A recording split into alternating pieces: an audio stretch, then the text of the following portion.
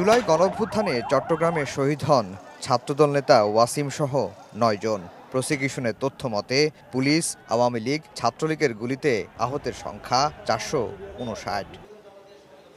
মঙ্গলবার এই মামলায় সাবেক সংসদ সদস্য ফজলে করিম ও অস্ত্রধারী যুবলীগ নেতা ফিরোজকে হাজির করা হয় ট্রাইব্যুনালে। এর মধ্যে ফিরোজকে পাঠানো হয় কারাগারে, আর সাবেক এমপিকে একদিনের জিজ্ঞাসাবাদের অনুমতি দেওয়া হয়। আশুলিয়ার লাশ পোড়ানোর মামলায় হাজির করতে বলা হয় সাবেক পুলিশ কর্মকর্তা আব্দুল্লাহিল কাফি সহ ৩ জনকে।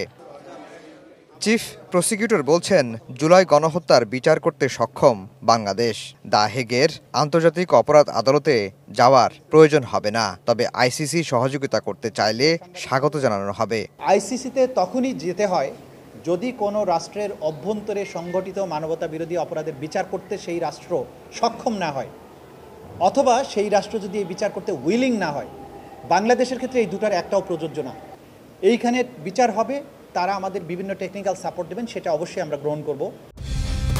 কালার এক্সপার্ট, জর্জ স্যাপ এবং মাইল্ড অন হ্যান্ডস টেকনোলজি সমৃদ্ধ অরিক্স ক্রিস্টাল ওয়াশ আপনার লন্ড্রি এক্সপার্ট। এদিন মামলার তদন্তের অগ্রগতি জানতে ট্রাইব্যুনালে আসেন গুমের শিকার বেশ কয়েকজন ভুক্তভোগী। বিচারের অগ্রগতিতে সন্তোষ প্রকাশ করেন তারা। সহযোগিতার মানদণ্ড খুবই সন্তোষজনক ছিল না। আমি মনে করি এখন একটা পরিবেশ হয়েছে, সবাই বুঝতে পারছে যে অপরাধীকে দণ্ড দিতে হবে, এক্সাম্পল সৃষ্টি করতে হবে, যাতে আগামীতে কখনো ফ্যাসিস্ট জন্ম না হয়। যেই মামলাগুলোকে চার্জশিট দাখিল এবং অ্যারেস্ট পর্যায়ে নিয়ে যেতে, তখনই কিন্তু আমার মনে হয় এই ধরনের হুমকি ধামকির যে বা ট্রাইব্যুনালকে কন্ট্রোভার্সিয়াল করার যে প্রচেষ্টা চলছে সেটা হয়তো থেমে যাবে। বিচারের দৃশ্যমান অগ্রগতি হলে ভারতে বসে শেখ হাসিনার হুমকি দেয়া কমবে বলেও মনে করেন আয়নাঘরে বন্দী থাকা ভুক্তভোগীরা। আফজাল হোসেন, সময় সংবাদ, ঢাকা।